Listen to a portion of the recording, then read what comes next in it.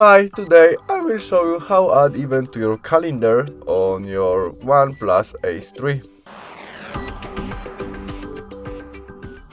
Our first step to do that is swipe up the screen and look for calendar application. In it, we press on the day when we want to add our event, maybe 29th of February. After that, we press this plus icon and event. There we can add title to our event.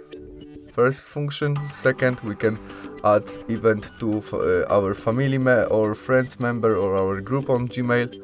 There we can set when event start and finish, or we can set it will be all day. Repeat of our event, maybe every month, every year, or don't repeat.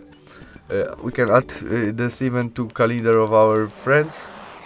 Video conference to event, location of our event. When you need it, we can add notification of that maybe 2 days before at night, and we can add more. We can change color which we see in our calendar of our event, notification and their description and attachment to event. After we add all we need, we press save and we have it in our calendar right now. That's all. Thanks for watching. Bye!